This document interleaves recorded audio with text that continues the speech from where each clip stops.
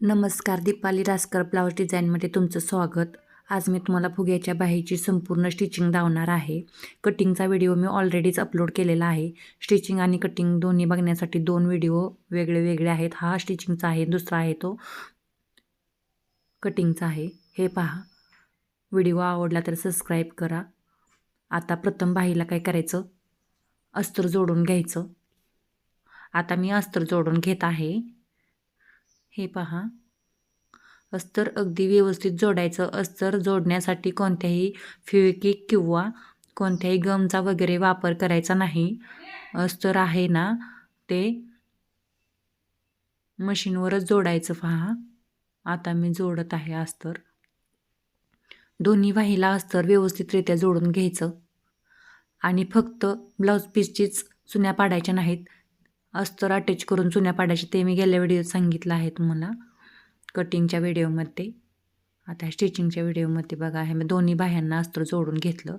आता मी ब्लाऊजला ह्या बाह्या स्टिच करणार आहे आणि अगदी व्यवस्थितरित्या मी तुम्हाला दाखवणार आहे ब्लाऊजला चुन्या कशा पाडायच्या. शोल्डर माझं पहा रेडी, ब्लाऊजचं अटॅच करायचं राहिलं होतं. हा प्रिन्स कटोरी ब्लाऊज आहे.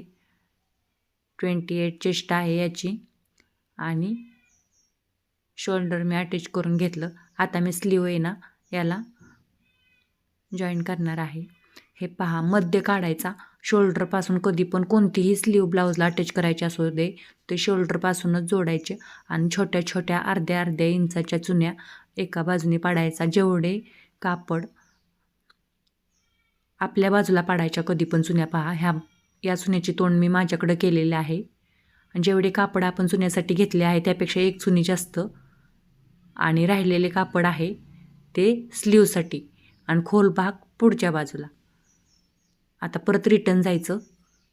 हा एका बाजूच्या पुढच्या बाजूच्या चुन्या झाल्या. पहा, आता नंतर मध्यातून दुसरीकडच्या बाजूच्या म्हणजे पाठीमागच्या बाजूच्या चुन्या पाडायच्या. त्याचं देखील तोंड आपल्याकडेच करायचं.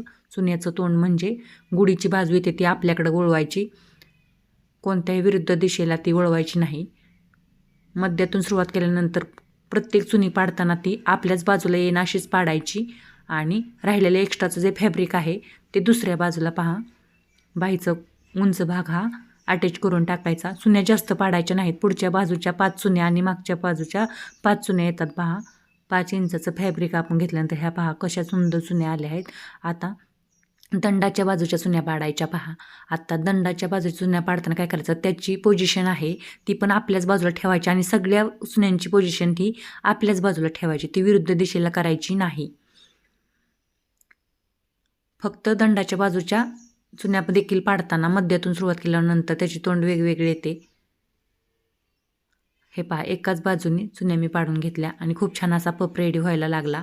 परंतु मला यातला गोट घालून घ्यायचा आहे पुढच्या बाजूने. आता गोट घालण्यासाठी वेगळं फॅब्रिक घेतलं आहे. पहा, मी एक अस्तरची पट्टी घ्यायची आणि एक ब्लाऊज पीसची पट्टी घ्यायची. पहा, आणि या दोन्ही पट्ट्या एकामेकाला जॉईंट करून घ्यायच्या. रफ बाजू आहे ती घ्यायची शक्यतो. ब्लाऊजला रफ बाजू जी येते म्हणजे ती त्याला जास्त फोल्ड करून टिप मारायला लागत नाही. मी अस्तरची देखील रफ बाजू घेतलेली आणि ब्लाऊजची पीसची देखील रफ बाजू घेतलेली, दोन्ही एकामेकाला जॉईंट करून घेतल्या. आता जी जॉईंट करून घेतलेली ब्लाऊज आहे ना, ती साईडलाच राहून द्यायची. तशीच एक्स्ट्राचे फॅब्रिक मी कट करून काढले आणि जी ओपन बाजू आहे फॅब्रिक कट केलेली, ही 1.5 इंचाची पट्टी माझी रेडी झाली. पहा, 1.5 इंचाची पट्टी घ्यायची आपल्याला गोट घालण्यासाठी. खूप मोठा गोट घालायचा असतो, अर्धा इंचाचा. आणि ओपन बाजू जी आहे, जॉईंट केलेली बाजू एका बाजूला सोडून द्यायची आणि जी ओपन बाजू आहे ना ती स्टिच करायची. स्टिच करताना अगदी आपल्याला स्टिच करायला जेवढं फॅब्रिक लागतं ना तेवढंच यूज करायचं. टेपच्या 2 रेषा. आणि पहा, आता काय करायचं, याला ना गोट घालायचा.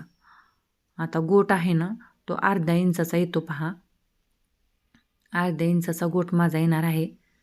थोडंसं कापड माझं साईडला गेलं म्हणून ते मी कट करून काढलं आणि आता गोट घालते आहे. पहा, मी हे पहा माझा गोट मी दाखवते आहे किती इंचाचा येतो. अर्ध्या इंचाचा गोट येत आहे.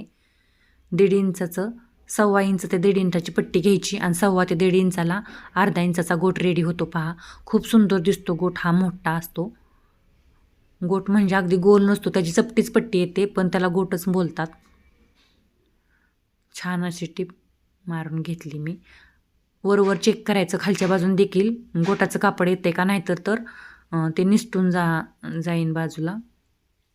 आणि हे पहा मी गोट घालून घेतला. एक्स्ट्राचं जे फॅब्रिक आहे ते कट करून काढलं आणि खूप छान असे माझी स्लीव रेडी झाली. जर ही तुम्हाला स्लीव बसवण्याची पद्धत आवडली असेल किंवा स्लीव रेडी केलेले जर व्हिडिओ आवडला असेल तर चॅनलला सबस्क्राईब करा, लाईक करा आणि बेल आयकनचं बटन दाबा. इथपर्यंत जर तुम्ही व्हिडिओ पाहिला असेल तर खरंच माझ्या चॅनलला सबस्क्राईब करा आणि व्हिडिओ पाहिल्याबद्दल तुमचे धन्यवाद. थँक्यू. पप पहा कसले सुंदर आले आहेत.